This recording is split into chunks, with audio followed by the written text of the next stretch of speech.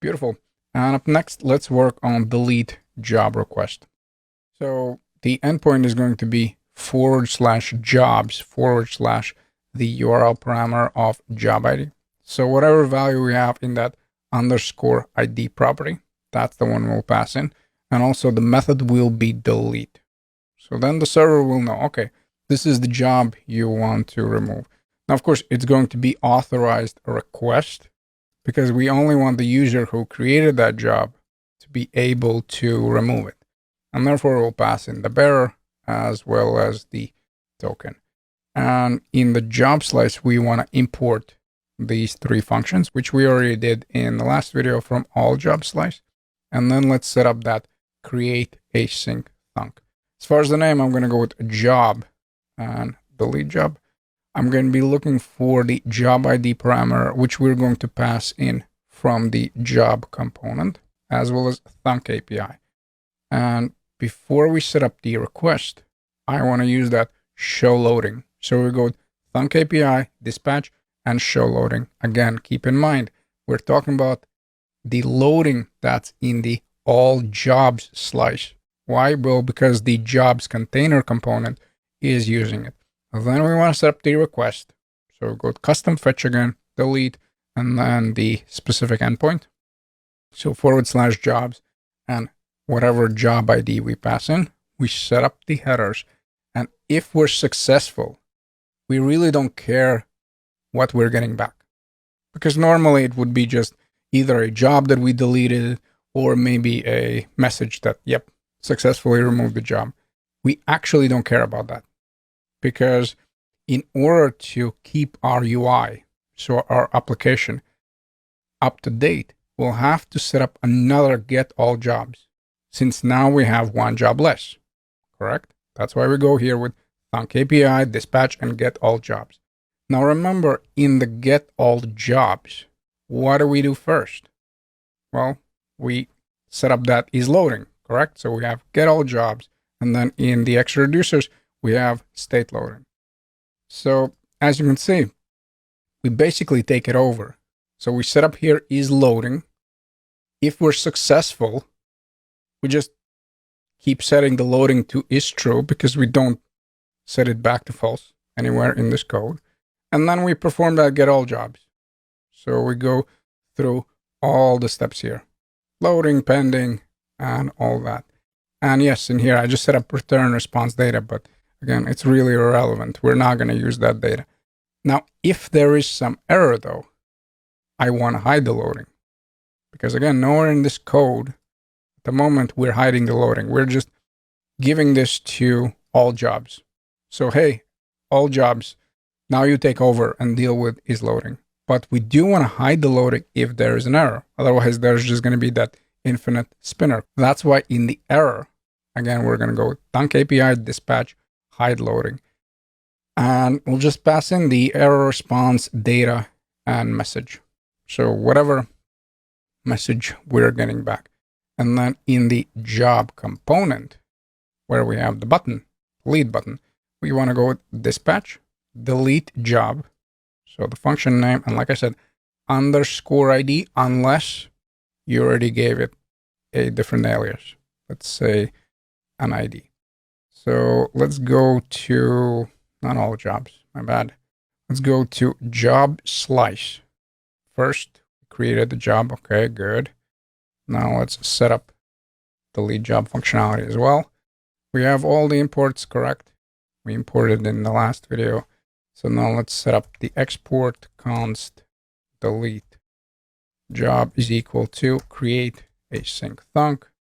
As far as the name, let me go here with job and then delete job, then comma. Then we want to pass in the async. I will pass in also job ID as well as I want to access the thunk API. As far as the logic, the first thing we want to do is dispatch the loading one. So we'll say here dispatch and let's go with show loading. And just so we are on the same page, let me save it for now. Then let's go back and you know what? Also, I want to log the job ID just so you can see what is happening. So let's log the job ID that we're going to pass in. And also let's right away dispatch show loading. And then back in the job, let's grab it. Let's go here. What was the function name? Delete job, correct? Job slice, yeah, delete job. And I'll try to use the auto import. So let's keep on scrolling where we have the delete button. Instead of the log, I'm just going to go with dispatch. And then let's pass in delete job. We automatically get the import. And now let's pass in that underscore ID. I know I keep repeating this, but it's extremely important that we pass in that correct ID. For now, we'll just have the log of that ID. And also you'll see nicely how we have that loading spinner. So let me go back and check it out. As you can see, now we have the loading. And effectively we have two options. If we're successful, we'll continue loading and fetching new set of jobs. So we'll have that up-to-date info from the server. Or if there's an error, then of course we'll hide the loading ourselves. Hopefully that is clear. So now let me go back to job slice and let's set up that try and catch. And in here, we're going to go with const response. That is equal to await, then custom fetch. And we'll go with delete method, extremely important. Then the endpoint is the root URL, which we're getting from the custom fetch, of course, then jobs, and then that job ID. And actually, I needed to use the template literals in here because, of course, now I'm going to be looking for that value for the job ID, the parameter one. Then let's set up right away also the headers. And this is the case where I'm just going to copy and paste because it's going to be tiny bit faster. And don't worry, a little later, we will refactor the auth header code. So it's going to be sitting only in one place and we'll reuse it all throughout our application. But for now, yes, we're going to copy and paste. So let me take this one right after comma. We want to pass it in. If we're successful, then we'll read next line of code. And here we want to go with get all jobs. So we'll set up that one more request to get the latest data. Effectively, the jobs array without that specific job. Then we want to go with return response data. And as far as the catch, let's go with thunk API. If there's an error, we want to dispatch. We want to hide the loading just in case, so we don't have that infinite spinner. And then we have the return. And in here, we want to go with thunk API dot, and then rejected value. And then let's look for error. Then response dot and data, and then the message. And when it comes to extra reducers, to tell you honestly, the only one we care about is the error one. So if there's some kind of error, then we might as well display that message. So let's scroll down. We're going to copy and paste the rejected one. We're going to change this to delete job. Now, we're not looking for is loading because, like I keep repeating, the loading one we're dealing with is in the all job slice, not in here. And then let's go with toast error and then the payload. So whatever we're passing in. And now I think actually everything is in place because we already set up the code in the job one while I was showing everything. So now let me refresh. I don't care about the console, but I do care about the network requests because in there we'll nicely see what's happening. So first, once we load the page, all jobs, we perform get all jobs request, correct?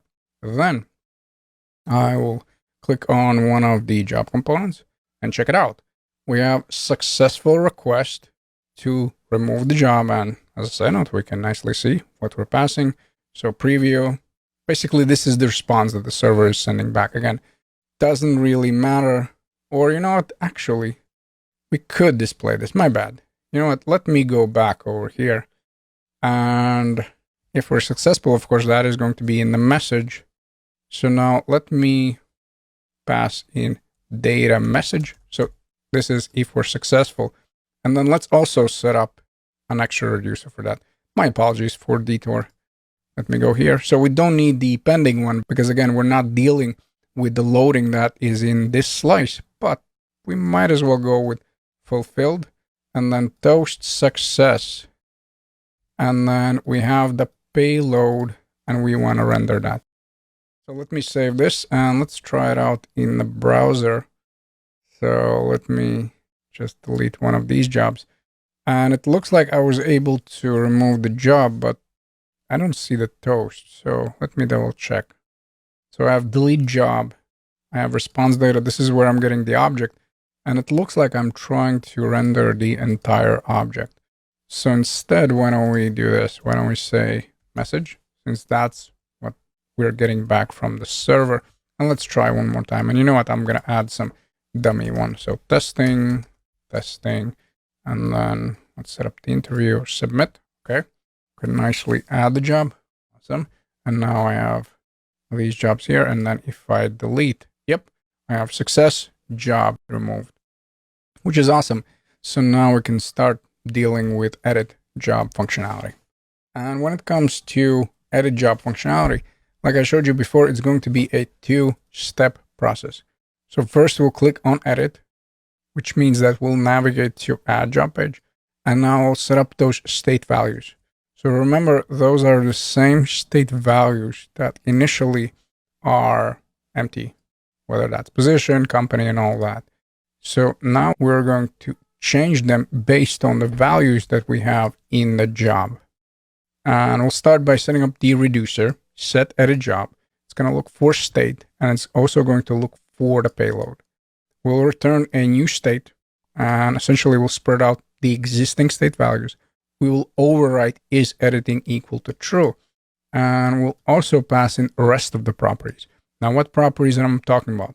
Well, in the job component, remember we have position, company, job location, and rest of them, as well as the ID, because we'll need this ID again for the server. So notice, when it comes to set edit job, I pass in the object with these properties and values, and then back in the reducer, I just take them and spread them out. So whatever properties I'll pass in, I'll overwrite the existing values. We export set edit job. We get it in the job.js from the job slice. We already have delete job. And then when we click on a link, not only we navigate to add job, but we also pass in these values. And then at the very end, we'll have to take care of that dispatch handle change, because if we won't add this condition, then the location will be still the old one. We won't get the new location. First, let's go to a job slice where we have here the create slice. After handle change and clear values, I want to set up that set edit job. Hopefully I'm in correct function here. No, I'm not. So set edit and then job. It's going to be a function. In here, I'll look for two things: for the state as well as the payload we're going to pass in. And in this case, the payload is going to be an object. We'll go with return state. Then we're going to go with is editing, and we'll set it equal to true. And also spread out that payload. We'll spread out the object. Basically, we'll overwrite the existing values in the state. Now we do want to export this. So we're going to go here with set edit job, and then back in the job component where it is over here. We want to grab it. We want to go set edit job. And now let's pass in those values. In this case, the edit job ID, the one that we have over here, is going to be equal to that underscore ID. So set it equal to is editing true. And then the edit job ID is going to be equal to that underscore ID. So let me keep on scrolling where we invoke this. Instead of the simple log, we'll dispatch. We'll go with set edit job, and now let's pass in that object where edit job ID. So that's the state value is going to be equal to underscore ID. And then the rest of them match exactly already what I have in a state. So the properties in the job component, in that job object that we're getting back over here, notice how they match whatever we have in the job slice state. The only one that's different is the ID. That's why we hard code over here. where I'm going to go with edit job ID is equal to ID. And then let's pass in the rest of them. Position, company, job, location, also job type. And then lastly, let's go with status here. Let's save this now. And before we fix the bug in the add job, let's just see how it's going to look like. So let me navigate here. For now, I just have one job. That's good enough. Let me click on edit. Notice we navigate to the edit job, but this is not going to be the correct value. So the rest of them are correct, but not this one. So let me clear first, and let me just add the job. Again, we're going to go with position, then company, and I'll change this one around. I'll say somewhere or something or whatever. Somewhere. Let's submit. And now notice where we have all the jobs. Technically, this should be somewhere, correct? In the add job when we want to modify this. So once I click, I have New York. Why? Well, because in the job page over here, so dashboard and then add job page, notice once the page renders, we set job location equal to a user location. However, if we're editing, we should be setting this job location equal to a location that's already in the job. So in this case, it is somewhere. So that's the value we should see in the form. And the way we achieve that, we simply set up here a condition where we check for is editing, and we dispatch the handle change only if we're not editing. So if we're not editing, yes, then use the user location. If we're editing, then I want to use the location that's already set up in the job. So let me navigate back, and now I have correctly somewhere. So now, of course, we'll simply need to set up a edit job request and send whatever values we submit in the add job, which at the moment we already see that we are editing. So same page, but now it's going to be different functionality once we submit the values. And yes, we can still go back to clear, and notice how we'll go back to add job. Basically, we set it back to the default. But if we're editing, then of course the request is going to be different. Okay, and now let's finally complete the CRUD functionality by setting up the edit job request. As far as the endpoint, again, root URL, then /jobs, and again, URL parameter job ID. However, in this case, the method is patch because we want to update the existing resource on the server. As far as what the server is looking for, in the payload, we'll have to provide all of these properties. And yes, I know what you're thinking, but wait a minute. What if I want to just change one? Well, we'll pass in all of the existing ones, but the server will spit back an error if the values are missing. So yes, even though we might change only one of the properties, let's say position, we still need to pass all of them from the add job. Now, it's not a problem since we have, of course, access to it. Those are all our state values, but just to make it clear, yes, we need to pass all of them in. Again, protected route. I'm not going to repeat the whole spiel. And also it sends back the object. Now, again, this is the case where we really don't care about the response. As long as it's successful, we just want to set up the toast and all that. Because keep in mind that we're getting all the jobs in the all jobs anyway. So every time we'll update something, once we go back to all jobs, we'll get the latest values, including the job that we just modified.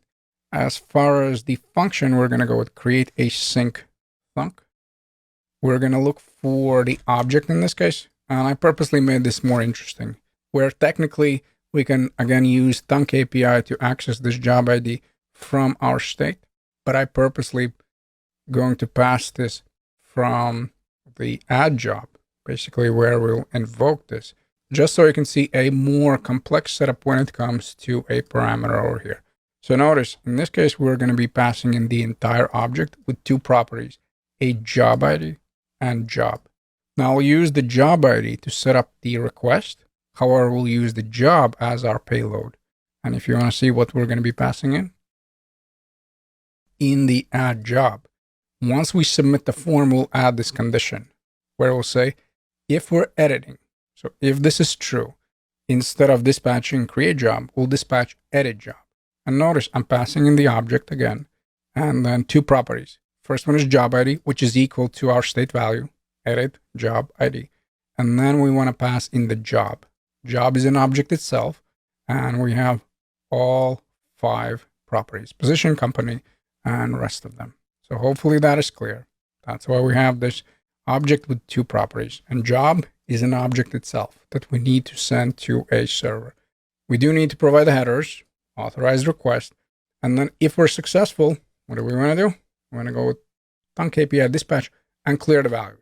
There's really no point to keep those values over there. Then we want to return the data. Again, doesn't really matter. We just want to display some kind of toast message that we were successful. Or if there's an error, what do? We go with reject value and all that. As far as the extra reducers, pending is loading, then fulfilled, we're just going to go with is loading false, and then success is going to be job modified. And then, I'm pretty sure we're already familiar with the rejected is loading false and then error payload. And I already covered the add job setup. We will get edit job functionality and dispatch it inside of the condition. So let's start in the job slice. Right after the delete job, let's set up the functionality, export const, and we're going to go here with edit job ID. That is equal to create async thunk. Let's go with job, edit, job, comma, and let's set up our function. In here, let's pass in the object first, our first parameter. It's going to have job ID property as well as job, then comma, and then we want to get the Thunk API. As far as the function, first we'll set up try and catch, and then let's set up that request. And it looks like I have some kind of bug here because I have 10,000 parameters here, and yeah, of course, I'll remove this parenthesis. It looks about right, or maybe not. Maybe I need to add it here now. Yep, everything's correct. Sorry for the detour. We're going to go with response. That is equal to await custom fetch dot patch. So this is what we need to use with Axios. If we have patch request, we need to use a patch method. Then let's pass in template string because, of course, we want to access the job ID here. Like I keep repeating, the URL is exactly the same as for the delete. The difference is the method that we use. And the reason why I keep repeating that, because I think it's very important to hammer that home. So job ID here as the parameter, then the job object we're going to pass in, and then we want to set up the headers. And again, in order to save a little bit of time, I'm just going to grab the headers here. Copy and paste. Okay, good. If we're successful, let's go with Thunk API, then dispatch, and then let's pass in the clear values. Let's invoke it this time. I think one of the previous times I successfully forgot to do that. Then let's go with a response and then data. Basically, we're returning the object there. And also we want to go with the catch one. And let's just take this entire code. And now let's set up those extra reducers. So right after this one, you know what? I'll take the create job one and we'll just change it around. Where first I want to select the create job. We want to set it equal to edit job. So is loading true? Yep. When it comes to success, we're going to go with job modified, ...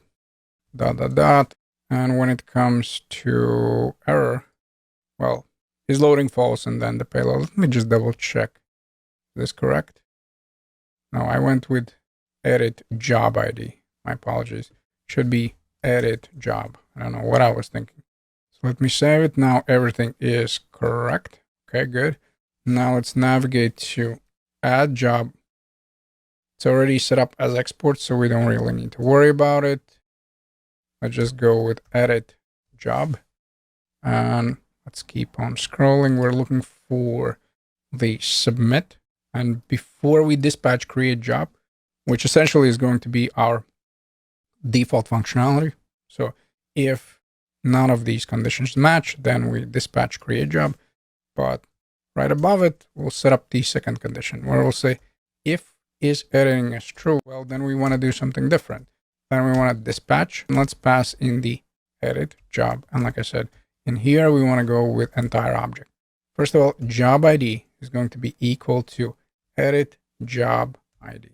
Then the second thing is the job itself. It's going to be an object, and we'll pass here the position, then company, after that job location, and basically rest of the values. So job type here as well, and then let's finish it off with status. And now I guess we can just go and test it out. Let me refresh here, start from the scratch, and let's change this one to, for example, different status. So let's click on edit. We navigate here, and instead of interview, I'm going to go with the client. Now, of course, you can change all of these values if you want, but in my case, I'm just going to practice with one. And now in this case, it goes with job created because I think I messed it up on return. And this clearly showcases what happens. So notice if we omit this return, JavaScript just keeps reading the code.